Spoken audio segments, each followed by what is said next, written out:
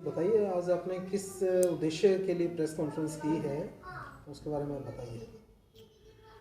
ऐसा है कि आने वाली 26 जनवरी है जो जी। उस दिन संयुक्त किसान मोर्चा की ओर से उत्तर भारत के विभिन्न किसान संगठन जो एसकेएम से जुड़े हुए हैं उनकी एक बड़ी रैली का आयोजन किया जा रहा है जींद में, जो अनाज मंडी है रोहतक रोड पे जींद की। तो उसके प्रचार और प्रसार के लिए लगातार संयुक्त किसान मोर्चा से संबंधित जितने भी किसान संगठन हैं वो इस रैली के प्रचार और प्रसार के लिए लगातार अपना कैंपेन चला रहे हैं। उसी संपर्क के आधार पर हम उस रैली के बारे में बात करने के लिए यहाँ हैं। जी, बताइए क्या कार्यक्रम है, किस प्रकार से मैनेजमेंट आपने किया है, उसके बारे में डिटेल से आप बताइए। देखिए कि कार्यक्रम 26 जनवरी को एसकेएम की रैली है यहाँ जींद में। उस संबंध में हम ने अनाज मंडी है जो रोहतक रोड पे जींद, तो उस अनाज मंडी में हज़ारों की संख्या में किसानों का बहुत बड़ा इकट्ठ वहाँ आएगा, जिसमें महिलाएं भी बहुत संख्या में होंगी। और विशेष तौर पर 26 जनवरी को जैसा कि हम सब जानते हैं कि किसान आंदोलन पे एक हमला हुआ था, तो उस तरीके से किसान आंदोलन की जो भाईचारक एकता है उसको तोड़ने का प्रयास किया गया था। इस एकता को और मजबूत करने के लिए उस दिन, और ख़ास तौर पर जब सरकारें ये कहती हैं कि जो गणतंत्र दिवस है हमें उस दिन अपना कानून अपना संविधान मिला, लेकिन किसानों को क्या मिला उस दिन? उनको गरीबी दुर्दशा जो है उनकी कंगाली खुदकुशियाँ ये चीज़ें मिल रही हैं। तो हम ये उस दिन ये बात लोगों के बीच में लेके जाना चाहते हैं, इसलिए हमने ये 26 जनवरी का दिन विशेष तौर से चुना है। जी, तो कितने राज्यों से लोग आएंगे और क्या संख्या होगी? देखिए, संयुक्त किसान मोर्चा के जो उत्तर भारत से संबंधित जितने भी किसान संगठन हैं, चाहे वो पंजाब है, हरियाणा है जहाँ से बहुत बड़ी संख्या में लोग आएंगे, राजस्थान है, उत्तर प्रदेश है, उत्तराखंड है, दिल्ली है, हिमाचल प्रदेश है, जम्मू कश्मीर है, इन इलाकों से किसान जो हैं जींद में 26 जनवरी को पहुँचेंगे। और इसमें विभिन्न किसान संगठन जो उनकी अभी 1 लाख के आसपास तक की संख्या को छुएगी। तो उसकी तैयारियों के लिए किस प्रकार से आपने अरेंजमेंट किए हैं? देखिए, जहाँ तक रैली स्थल की तैयारियां हैं उसके प्रबंध के लिए हमने पीछे 2 मीटिंग की जींद में ही, और उसकी तैयारियों के संबंध में हमने अलग अलग कमेटियां बनाई हुई हैं। वो कमेटियां अपना काम लगातार कर रही हैं। 1 लाख के आसपास, जैसे मैंने पीछे बात की है कि लोग उसमें आएंगे, उनके पंडाल की बैठने की व्यवस्था, मंच की व्यवस्था, साउंड सिस्टम की व्यवस्था, ये अपना हम उसके लिए लगातार पंजाब वाला हमारा संगठन है भारतीय किसान यूनियन एकता उग्राहां, उनको हमने बोला है कि वो ज़्यादातर इन चीज़ों का प्रबंध करके देंगे, क्योंकि उनकी मास लेवल की जो लोगों का रैलियां करते हैं बड़े सतर की, तो उनके पास प्रबंध या इस तरीके का काफ़ी बड़ा तजर्बा है। दूसरा, जहाँ तक सवाल है लंगर का, तो लंगर के लिए भी पंजाब से संगठन ने भारतीय किसान यूनियन एकता उग्राहां ने कुछ जिलों की, संगरूर बरनाला आदि जिलों की ड्यूटी लगाई है कि वो लंगर का पूर्ण प्रबंध करें। इसी के साथ साथ हम जो कार सेवा संप्रदाय है, अपना गुरुद्वारे हैं दमतान साहब जहाँ यहाँ जींद शहर में हैं, उनसे भी हमारी टीम संपर्क करेगी। इसी के साथ साथ हरियाणा के विभिन्न गांवों से जहाँ से भी लोग आने हैं, तो हम उनको अपने अपने संगठनों के जरिए भी और एसकेएम के जरिए भी अपील कर रहे हैं कि आप लोग दूध, प्रसादे, सब्जी वगैरह जितनी भी ज़्यादा से ज़्यादा ला सको लाना। 3-4 घंटे की रैली का जो समय रहेगा, तो उसमें हम पूरा लंगर चाय आदि का पूरा प्रबंध करेंगे उसमें। जी, प्रशासन की नॉलेज में सारा है या परमिशन ली है या ऐसा कोई विषय नहीं है? देखिए, जो रैली है वो मंडी में हम किसान करने जा रहे हैं। किसान इस धरती का जो है अपना उत्पादन करता है, यहाँ धरती का वो बेटा है, धरती उसकी है, तो अपनी बात रखने जा रहे हैं और बड़े अनुशासित तरीके से ये रैली होगी। हमने जो प्रेस के माध्यम से या अन्य तरीक़ों से हमने मतलब बात कोई ये गुप्त बात तो है नहीं है कि ओपन तरीके से हम रैली कर रहे हैं और प्रशासन को इस बारे में पता है।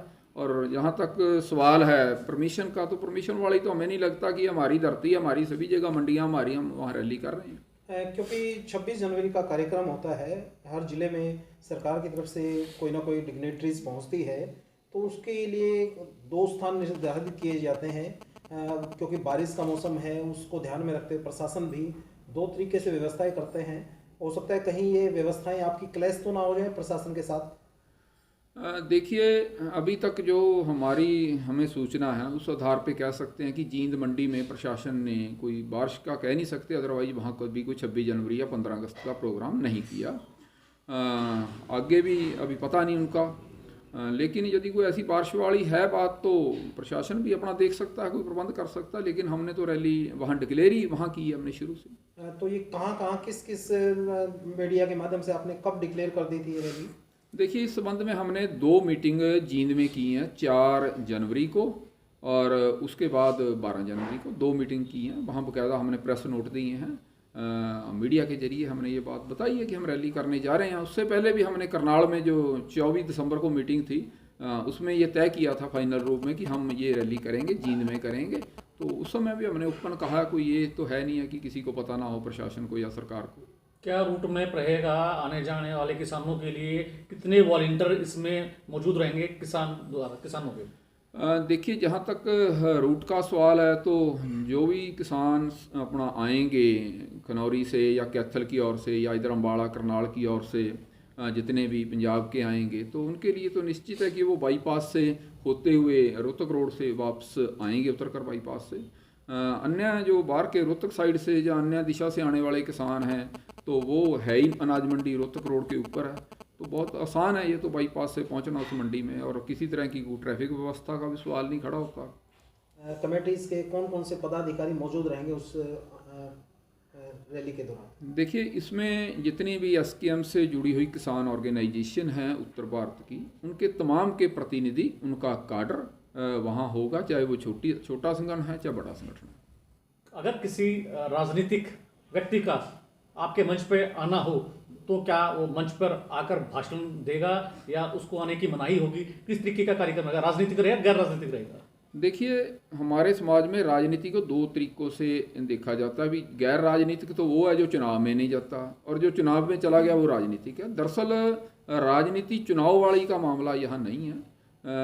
यहाँ तक मंच का सवाल है, वहाँ स्पष्ट है कि संयुक्त किसान मोर्चा ने दिल्ली के समय से ही या पंजाब में जब आंदोलन चला तभी से ये नियम बनाया हुआ है कि कोई भी राजनीतिक पार्टी, बेशक वो समर्थन करो, उनका नेता समर्थन करो, उनका कोई अपना कह सकते पदाधिकारी आए, हमें बैठने पे किसी के एतराज़ नहीं, लेकिन मंच पे चढ़ने की पूरी मनाही है। किसी भी राजनीतिक पार्टी के किसी भी नेता को हम मंच से न तो कभी बुलवाया, ना बैठने का उनको कहा है, और न ही आने वाले समय में कभी बुलवाएंगे। क्या उग्राहा आने वाले समय में राजनीति में एंट्री करने की तैयारी तो नहीं कर रहा? देखिए, जहाँ तक भारतीय किसान एकता उग्राहा का संबंध है, जब से ये संगठन खड़ा हुआ है तब से उनका एक लिखित में संविधान है, और संविधान में बिल्कुल दर्ज है ये चीज़ कि संगठन का कोई भी पदाधिकारी वो ना तो स्वयं चुनाव लड़ सकता, न ही चुनाव में किसी की सपोर्ट कर सकता, और संगठन ने न आज तक ऐसा किया है। पंजाब में बहुत पुराना हमारा संगठन, हरियाणा में 2.25 साल से हम काम कर रहे हैं, लेकिन एक भी जगह हमने न तो संगठन के जरिए कहीं को प्रचार किया, ना ही कि संगठन के पदाधिकारी ने कभी चुनाव लड़ा।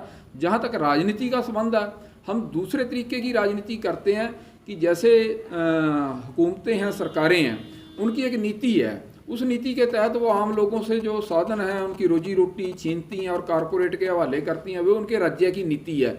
और यदि लोग आवाज़ उठाते हैं तो उनके राज्य की ये नीति है कि वो उनको दबाते हैं।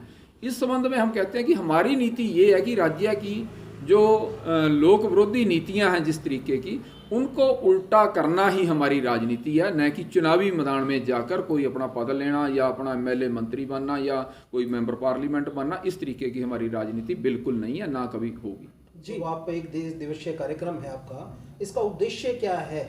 मतलब इतनी ताकत दिखाकर आप क्या प्रदर्शित करना चाह रहे हैं ये किसान संगठन? देखिए, जो आज 26 तारीख का प्रोग्राम है उसका मुख्य मुद्दा एक तो जो खेती कानून थे 3 वो रद्द हुए थे, लेकिन उसके दौरान ही सरकार ने कुछ वादे किए थे जो अन्य मांगी थी किसान संगठनों की, जिस पे एमएसपी की बात करते हैं और खरीद की सरकारी गारंटी। इसके साथ जो लखीमपुर वाला मामला है उसमें दोषी हैं जो उनको सज़ा दिलवाना। इसके साथ जो लखीमपुर मामले के अधीन जेलों में बंद किसान हैं उनको छुटवाना। तमाम तरह के बहुत से केस थे, अब कुछ लिए हैं सरकार ने वापस, उनको रद्द करवाना। ये सारी चीज़ें, किसान को कर्जा मुक्त करना, ये हमारी मांगे उस समय से स्टैंड कर रही हैं। सरकार ने एमएसपी पे पूरा वादा किया था, लेकिन सरकार उस वादे पर खरी नहीं उतरी। काफ़ी लंबा समय दिया हमने सरकार को, लेकिन सरकार ने उस तरफ कोई कदम नहीं बढ़ाया। और ये जो रैली है, हम इन मांग मुद्दों के साथ साथ अन्य मांग मुद्दे जो हैं किसानों के, उनको उठाते हुए अगले आंदोलन के पड़ाव की ओर चलेंगे और आगे एक बड़ा आंदोलन खड़ा करने के अपना कह सकते हो कि ये रैली उसमें अहम साबित होगी। क्या खापों के प्रतिनिधि के आने की भी संभावना है? देखिए, हमने बिल्कुल सभी को इसमें न्योता दिया है। खापे भी मतलब कि हमारे किसान लोग ही हैं, वो जो बुजुर्ग हैं या उनके प्रतिनिधि हैं, तो हमने सभी लोगों को कहा है कि वो बढ़ चढ़ कर इस रैली में आएँ। और खापों के बिना भी हम मतलब कि एसकेएम की ओर से सभी को अपील करते रहे हैं, लगातार इस बार भी करते हैं कि तमाम तरह के संघर्ष करने वाले लोग हैं, चाहे वो नौजवान हैं, विद्यार्थी हैं, महिलाएँ हैं, कर्मचारी हैं, कच्चे पक्के, कोई छोटे दुकानदार हैं, क्योंकि ये नीतियां सभी के ऊपर मार कर रही हैं। जिस तरीके की निजीकरण की नीतियां हैं और जिस तरीके से देश के साधन संसाधन लुटाए जा रहे हैं और लोगों का रोजगार छीना जा रहा है, ये सभी के ऊपर मार करती हैं। महंगाई का मामला है, इसलिए हमने सभी से अपील की है कि सभी लोग इस रैली में बढ़ चढ़ कर आएँ। क्या प्रशासन अगर आपसे उस 26 तारीख के कार्यक्रम को पोस्टपोन करने के बारे में बात करता है तो उस पर विचार किया जाएगा? देखिए, पोस्टपोन करने का तो ये तो कोई मुद्दा ही नहीं है। क्या किसी बड़े किसान नेता चेहरा जैसे चडूनी साहब हैं, राकेश टिकैत जी है, किसी बड़े चेहरे के आने की उम्मीद है इस आपके रैली के दौरान? देखिए, जितने भी किसान संगठन संयुक्त किसान मोर्चा का इस समय हिस्सा हैं जी, वो सारे इसमें आएंगे। टिकैत साहब भी आएंगे, उनका संगठन अपना ऑर्गेनाइज कर रहे संगठनों में से एक है हरियाणा में। इसके बिना अपना डॉक्टर दर्शन पाल हैं, जोगिंदर सिंह ओराहां हैं, और भी तकरीबन जितने भी किसान संगठन हैं उनके नेता इस रैली में पहुंचेंगे। महिलाओं की कितनी भागीदारी होगी?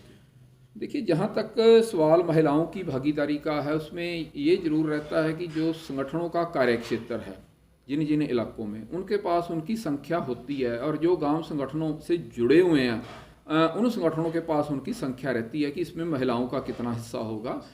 ये उन संगठनों ने, हमने मीटिंग रखी है आगे एसकेएम की इसी तैयारियों के संबंध में, उसमें सारे आंकड़े आ जाएंगे। लेकिन ये जरूर है कि एक भारतीय किसान यूनियन एकता उग्राहां का लगभग पंजाब से, हरियाणा से, राजस्थान से, उत्तराखंड से, जिन भी राज्यों में काम है, और लगभग हम देख रहे हैं शायद हो सकता है कि 60,000 के आसपास हमारी संख्या हो।